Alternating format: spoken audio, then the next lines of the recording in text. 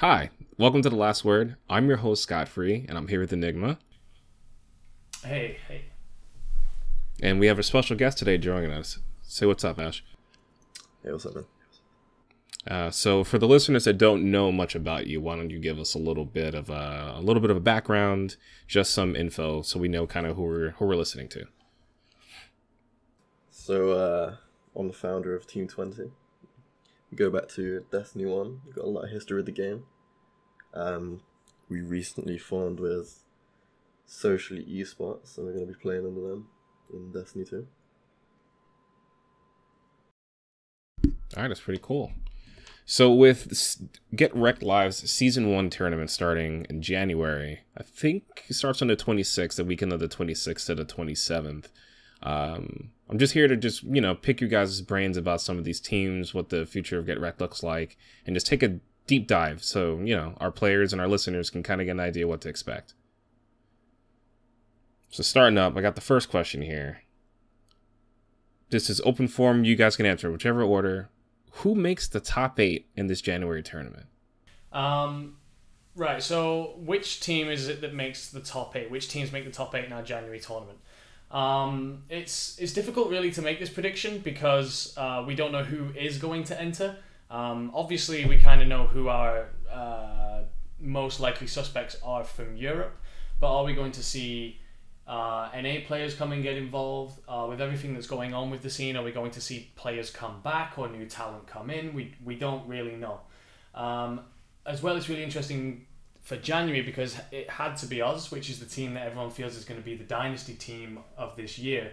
They aren't entering, so that leaves the gate open for all these other teams to step in, which is really cool. So I'm going to try and predict a top 8 without including it had to be us and trying to include teams that I think will come in. For me, first is going to be Radiant Esports, which is the old Reside roster. So that's DGK Mods, Prototype, Sob, and Gibber. Second, I'm going to go with Restoration. Third, Monsters, which is Liga and his side. Fourth, I've put Mirror. Top 6, I'm going Mythos, which I feel is a bit of a wild card call, but I'm going with it. I'm going to stick to that one. And Ravens, which is the old STK roster. I'm going to basically curse both Animosity and Ashley's team to a terrible tournament because I'm going to put us in top 8. Wow, that's solid. Bold prediction.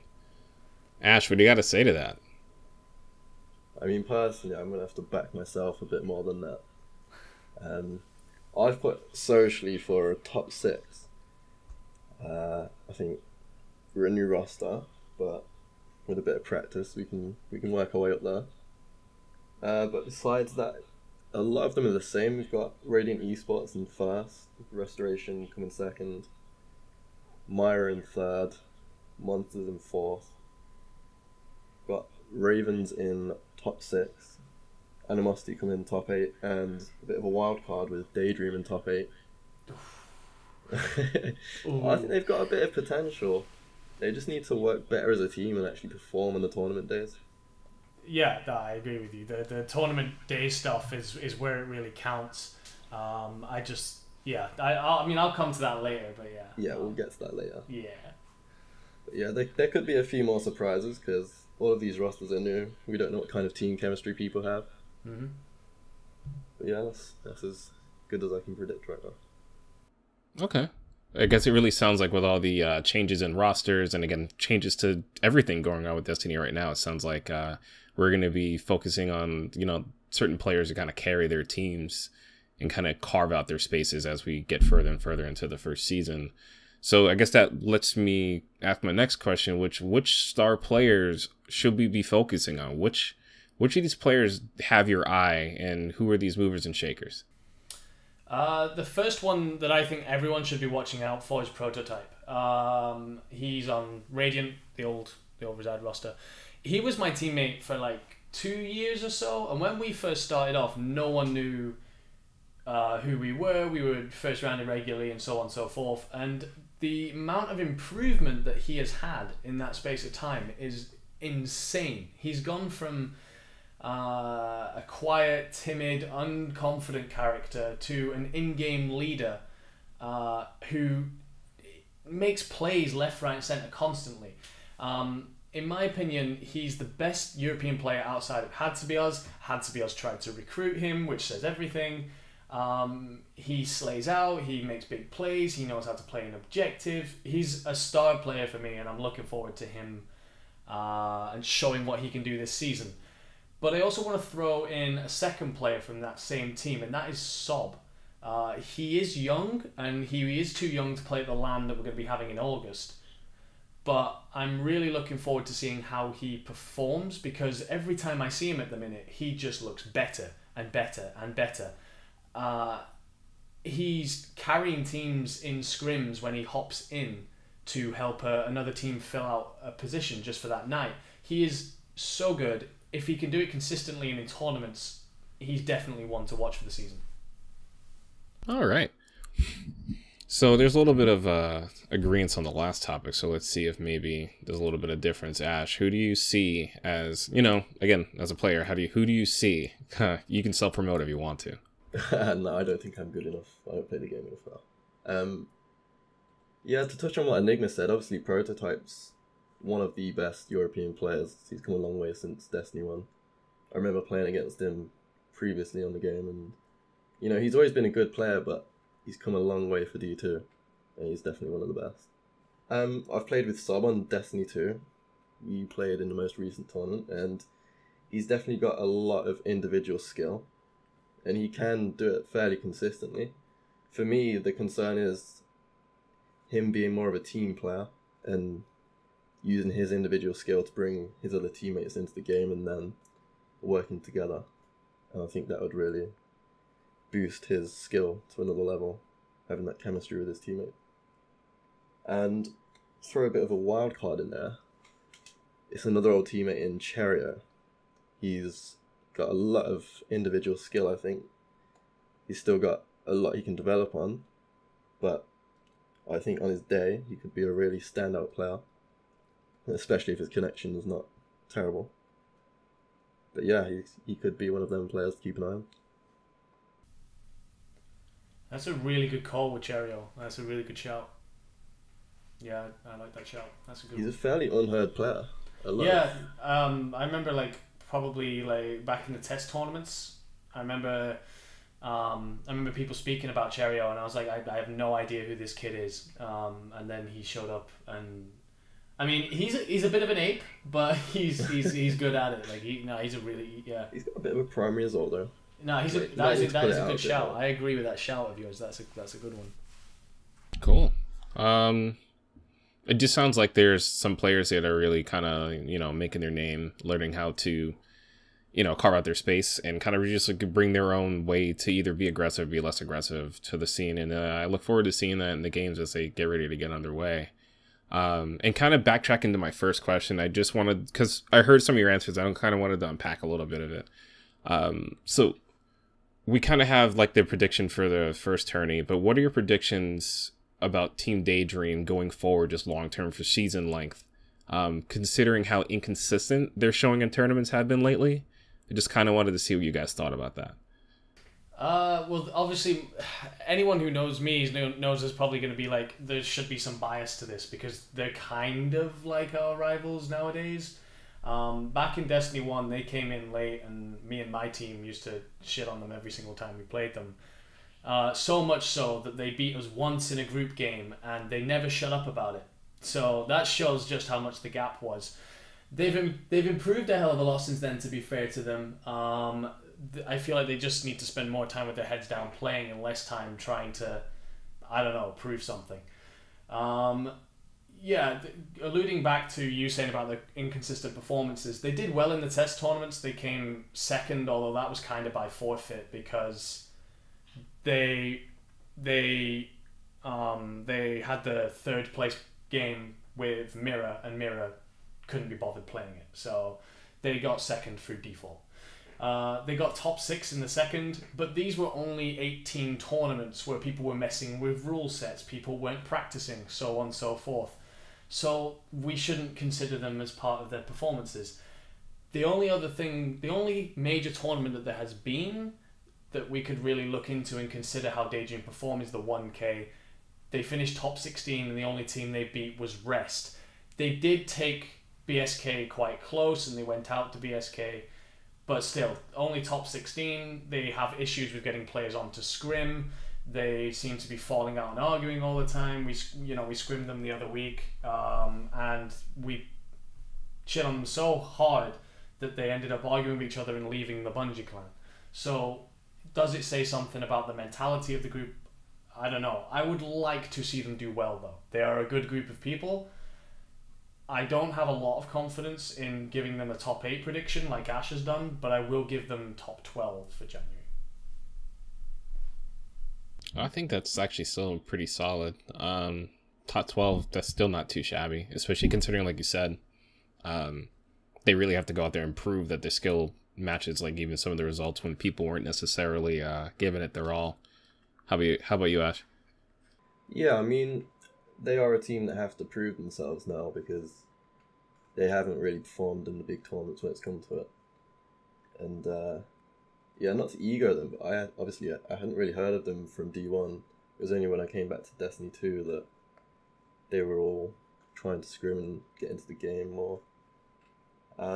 They've all got the individual potential, but like Enigma said, it's more of the mindset. They seem a bit immature and too impatient to get the results. They kind of just need to build that team chemistry and start playing more as a team, because Destiny 2 really is more about team shots and working together, getting them rotations rather than more individual plays and one-on-ones.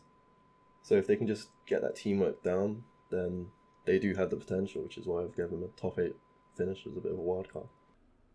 Okay, so what are some of the things, I guess, like specific examples of like a way that they may particularly play a map or a matchup that could work in their favor if they just changed some aspect of it? For instance, like coming out of spawn on a map, doesn't matter the map because realistically it's about the rotations, but coming out and instead of aggressively pushing one lane or not adding a flanker or any kind of like safety net to kind of bait aggression, just kind of putting all the chips in one basket and going to one point. Do you see anything like that in their play? Again, shout outs to Daydream, you guys are awesome. We're just trying to have a discussion about potential and just what the scene looks like. I think that the thing for me with Daydream is they've got 4 talented players. Well, they've got like quite a big core group actually, but you can pick any 4 and put them in a roster and they would be talented players. But are they going to go and outslay everybody? Are they going to do a God mode performance? Probably not. They're not individual players, they are team players, and they need to remember that. They need to play as a team. They need to make sure they're doing the right things in terms of not bleeding lives and not trying to push things too much and overly aggress things. And they just, Ash is right again, going back to that mentality side of things. They need to be, they just need to understand things a bit better. Not just focus on what is the correct play and not try and make hero plays or anything like that. Yeah, that makes sense. That makes perfect sense, actually. And it's funny how like little things like that can make or break an entire match for someone. Because again, the higher you get up in skill gap, the better teams are at communicating and capitalizing on bad positioning, missing shots, especially if you have a 1v1 that you have to win in order, if you get yourself caught out of position, your team's out there to help you out. If you can't be patient enough to look for good windows, and yeah, your skill is going to have to be that much better. Makes sense. Do you think any of the teams that are... Do you think the teams that are more or less strong at Countdown, do you see them having more success or not as the seasons progress? Like, what role do you think Countdown skill will play in our league? I think first of all, people are definitely gonna recoil at you saying Countdown skill, which is insane because there is definitely something to it. But I know that it's a very controversial topic at the minute, it being in the game. But if we want to focus on like, will it affect how well people perform, finish, if you will, then I think we have to look at it as like the CTF in COD, because you play CTF once in a best of 5, you play Countdown once in a best of 5. You're never, in my opinion, going to have, let's say you have, I don't know, some random team that's come together, probably a top 24, top 16 team. If they're better at countdown than a team in the top 4, they aren't going to win the series because there's just going to be too much of a gap. And in the respawn modes, the better team is always going to win. But there's going to be a lot of tight battles in the middle areas this season, especially top 12 to top 6. Every single map's going to count. If you're very good at countdown, if you've put the hours in, you've learned your players, your angles, and so on, you know you have a map every single series. You're at least 1-0 up every series because if you're playing against a team that hasn't bothered putting that time in. So the other games are going to be super tight. If you're already 1-0 up, it's huge. It could definitely end up with a difference maker between you being a top 12 team or a top 6 team, which is massive.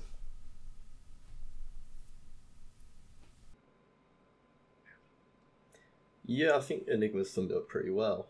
I mean, Countdown's a very different game mode to like Clash and Supremacy and Control, in the sense that it's less about pure slaying and more teamwork. So it's not going to cause massive upsets from top 24 teams, say, beating top 6 teams, but as Enigma said, around that middle area, these maps are going to count, so if teams have put their work into practice countdown and they're good at it, then it's going to make a difference. What's the likelihood that countdown maps will end up being the tiebreaker? Say, best of 5 series and teams haven't picked one or haven't played on one yet. What's the likelihood of us seeing more countdown maps starting to determine, like you said, the middle of the pack and those top 6 contenders? Because again, for the listeners that may not like to hear this, countdown requires a team fight mentality and your ability to min-max the mid-fight, or to capitalize and create no mid-fight and just slay out, right? So, yeah, I guess the extension of my question is just, how likely do we see, in even the top 6, countdown being more of a factor, since they're all going to be pretty strong on Clash and Control?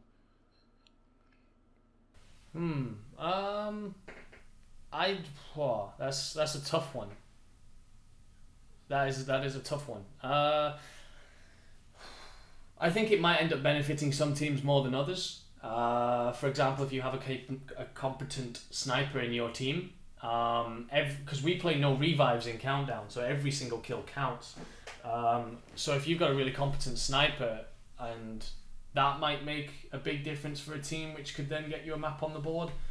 Other than that, I think it's really hard to predict how, like, if you're talking, like, let's say it's the finals and we're looking at this series, I think it's so super hard to predict which way things could go. Yeah, I think Countdown could definitely be the difference for some of the series, because there's a lot of close games and scrims that are going on now, and I mean, we've not seen any of these teams play in tournaments, but there's definitely going to be a lot of 3-2 series, so if teams can pick up these Countdown games, then it's definitely going to make a bit of a difference. Okay. I'm actually really excited to see that too. I actually like Countdown. It reminds me of all those sorts of game modes from other games, other competitive esports, and games that I played growing up. So I love being able to see teams kind of figure out how to go about just team fighting. So, and then not in the sense of team shooting like we see with a lot of Destiny 2 competitive, but just the idea of how to structure like the different phases of a team fight. Okay, so switching gears, I'm going to ask another question about a topic that's a little controversial, but not too crazy. What's your opinion on It Had to Be Us, and for lack of a better term, poaching talent from teams like Mira? I feel like this one has a lot of layers to it. Obviously, It Had to Be Us are fully in their right to tempt talent, take talent from the competitors. There's no contracts or anything like that. They're fully in their right to do it, and if anything, it is smart.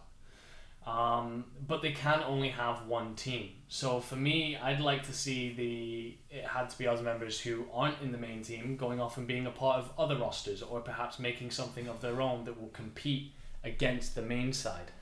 A good example is Lost Boys, who was recently recruited by Had to Be Us.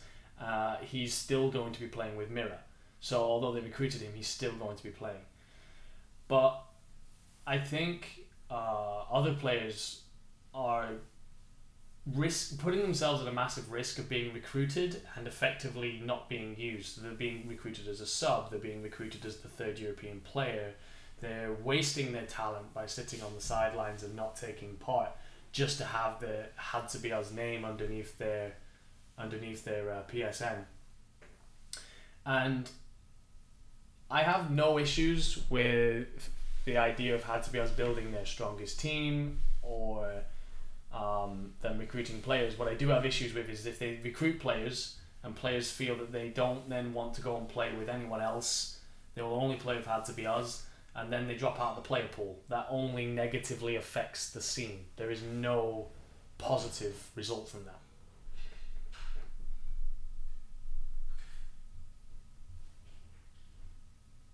Those are definitely valid points, especially considered you think about both sides of the argument. Ash, do you have anything to add there, or any opposing opinion? Yeah, I mean, it Had to Be Us obviously the top team in Destiny 2 currently, so they're going to attract a lot of interest from everyone playing the game. They're going to want to be in the best team, but I think the more teams that enter these tournaments, it's going to be more beneficial for the scene. So as long as people aren't joining just to sit there and not really play, then I don't think it's a massive problem. I'm hoping that players won't do that. I don't know about you, Ash. Like, you and me are similar, right? Like, we're both, a bit older than the rest of the scene. We have careers and we do a lot of other things in our lives.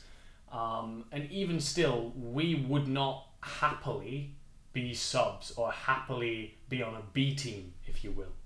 No, we want to play because we enjoy playing the game. I mean, you playing just to have fun, basically. At the end of the day, it's not massively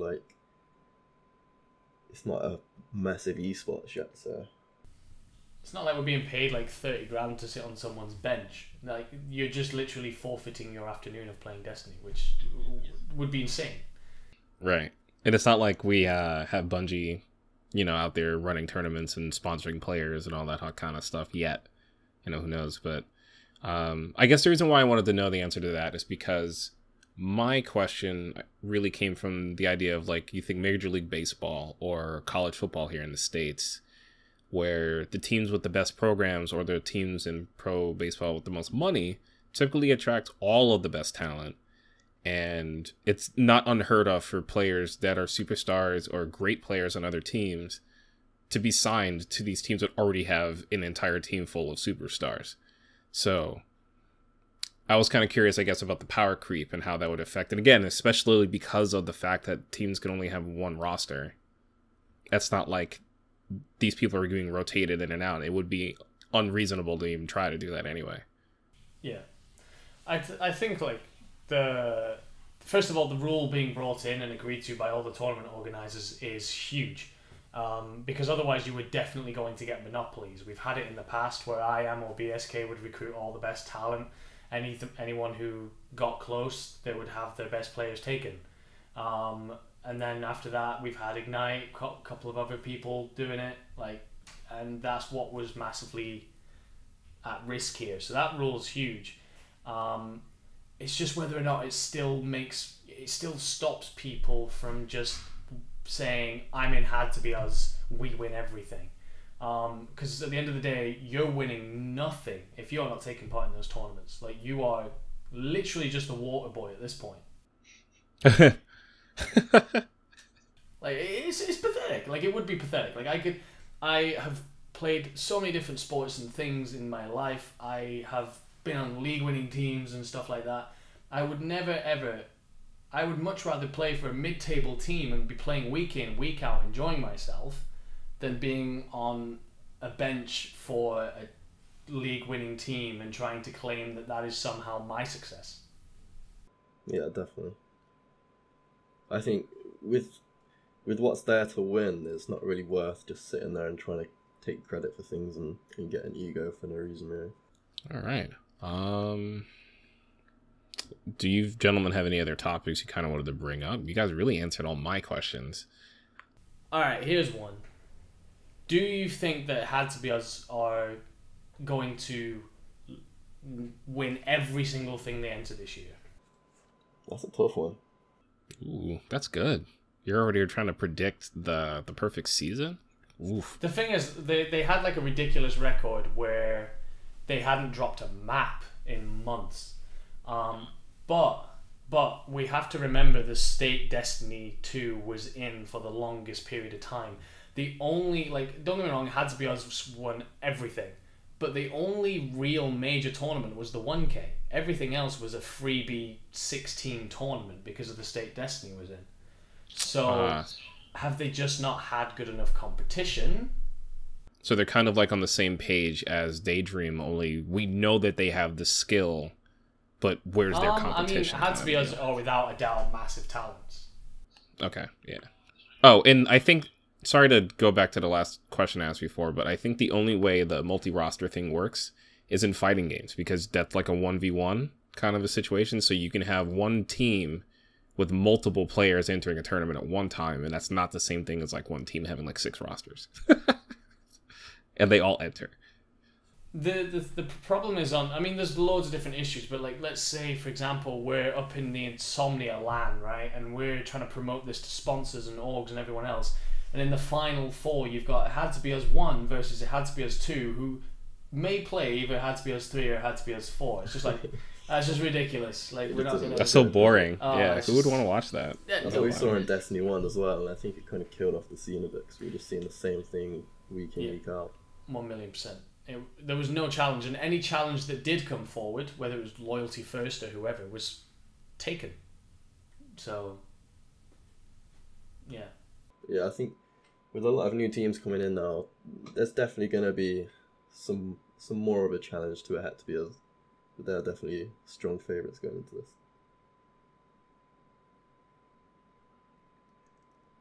It'd be nice to see someone different win. But obviously they've invested the most time into the game, so... Oh, 1,000,000%. I genuinely think they have put more time in individually than I did in the entirety of Destiny 1. I mean, fair play for the commitment. It Had to Be Us. If you guys are listening to this, your challenge is out there. It's been placed. Come correct and sweep the season, or there's going to be an asterisk on the success. All kidding aside, all kidding. I thank you guys for the time. Us figuring out our technical difficulties. I don't know if this is gonna get in there, but anyone that's listening right now, we were having some issues trying to figure out some stuff because time zones, everything else. So it's been fun. Enigma, where can people find you when they're not listening to us on a podcast or anything like that? My Twitter is anim_enigma. I'm really easy to find. I'm the one that's arguing with everybody on Twitter. Or at least you're not arguing with Ari all the time like I am. And Ashley, how about you? Where can we find you, outside of here or in games?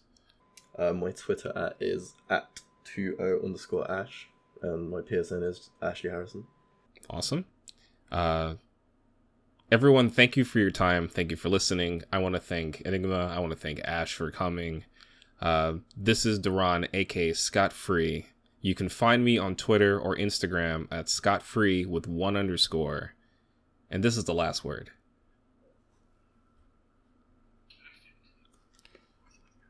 I think we could chop that into a solid. Some of the questions I was asking was really just to make sure I was able to pad out at least a half an hour's worth of